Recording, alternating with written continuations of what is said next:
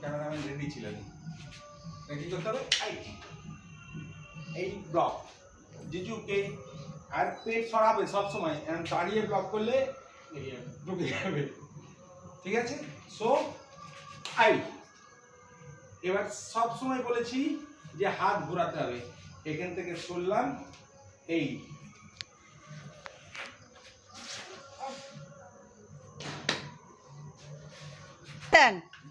এই ডিফেন্স।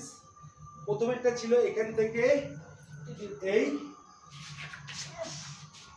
এই ঘুরলো, দরকার হয় পুরো পা